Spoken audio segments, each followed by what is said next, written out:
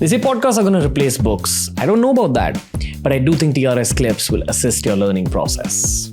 Would you like to cover the story in brief?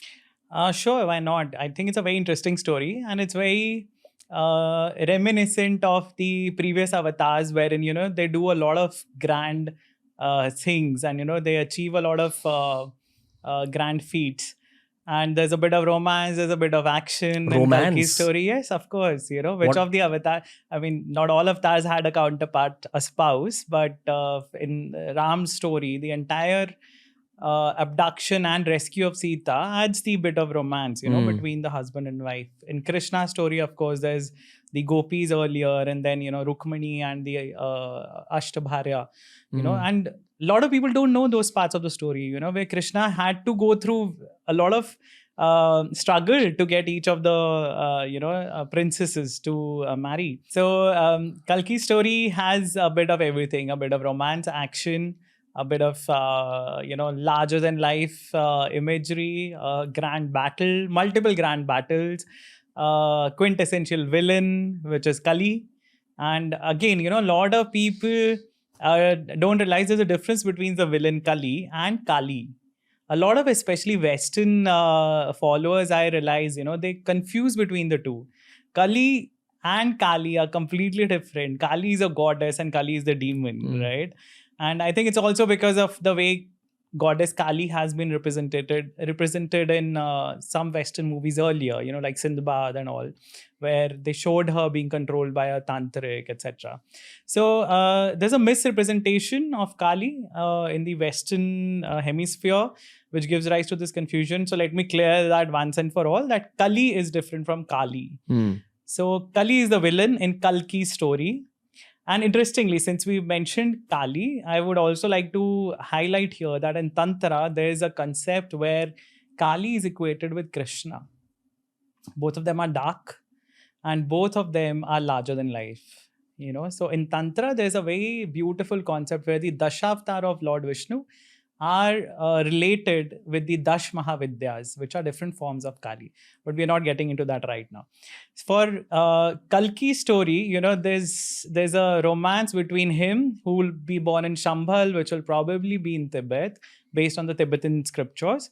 According to Hindu scriptures, the location is not given, but a lot of people believe it will somewhere be probably in Uttar Pradesh, because I think there's a town of that name there. But the Tibetan prophecies believe that the king would be born in Tibet, in Shambhal.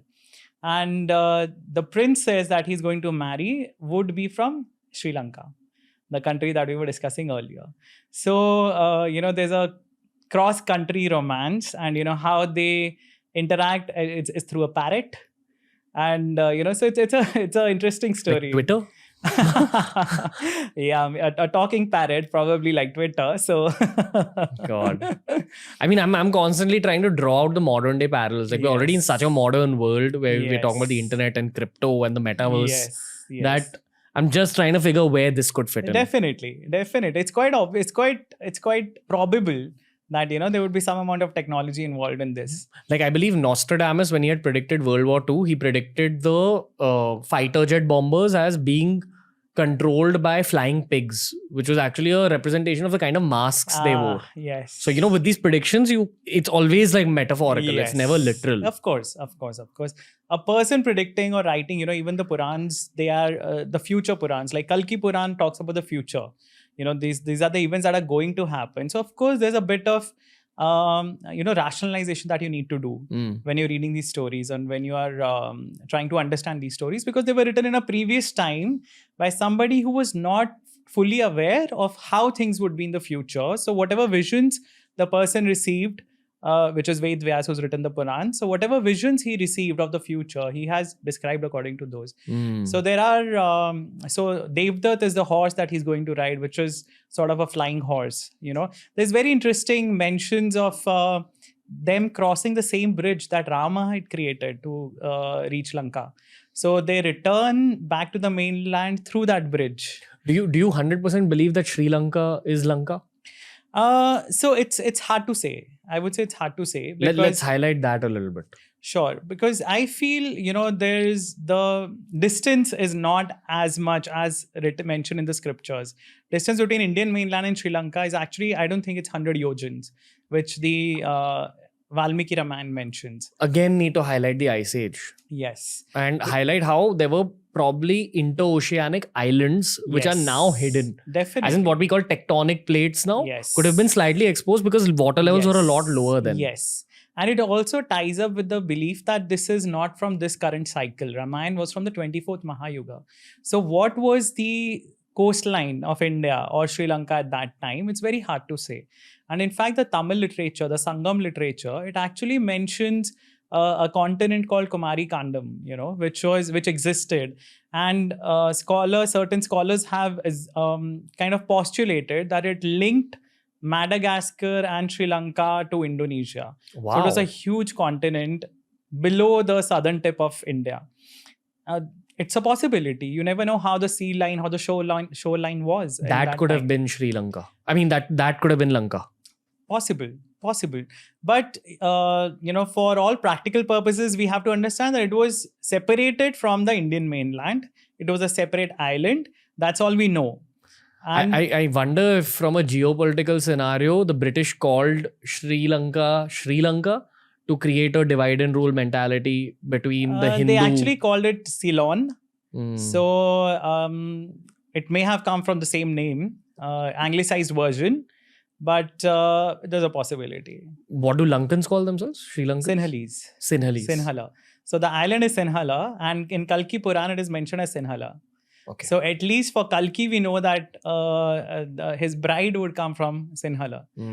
And so there's that. And then there's massive fights between Kalki and the disbelieving rulers of different continents. So people who do not believe in Vedic principles or the principles of Hinduism. So these are termed Malech in the scriptures. And these are the barbarians, or these are the unbelievers whom Kalki will be fighting. And there's a very interesting mention of two subordinates of Kali, the demon. Can we sit on this Hinduism thing? Because this is the first time I'm hearing about a story that talks about people who don't believe in Hinduism from Hinduism. I'm of the belief that you should be free to believe in whatever faith you want. Right. Because that's your subjective reality. Right. Did the scriptures mention exactly this, that it's against Sanatan Dharma or Hinduism, or did they just say something like against Dharma, which could just mean ethics? So, see, the scriptures actually talk about unbelievers. And unbelievers or disbelievers are the ones, traditionally, they are considered those. So in Hinduism, there's schools of thought, different schools of thought, different philosophies, right? So the orthodox philosophies are considered the ones that consider Vedas as supreme. Okay. They may follow their own path, but they do not disbelieve in Vedas. And the heretical ones or the heterodox ones are the philosophies that do not believe in Vedas. So the scriptures, when they're talking about disbelievers or unbelievers, they're talking about people who do not believe in the supremacy of Vedas or the authenticity of Vedas. So that could mean anything, right? In modern world, it could mean anything. But that's what the scriptures mention. Yeah. Maybe my gauge for the modern world on a personal level is just kindness. Like... Of course, see, things change, principles change, principles of religion change. And I think a lot of modern religions have that kindness aspect ingrained, at least the followers do, even if the original religious,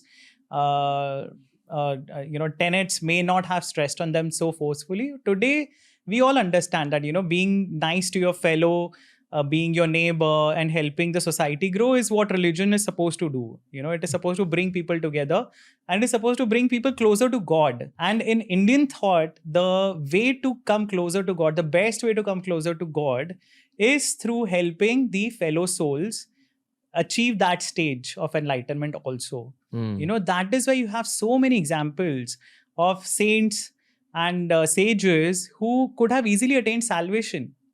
But they stayed back. They did not work only for their own salvation. They imparted knowledge to people to uplift the entire society, bring it to a God consciousness. And that is why in Indian thought, there's always this fight between believers and disbelievers. So because the Indian thought is that you have to, there's a bigger purpose to life.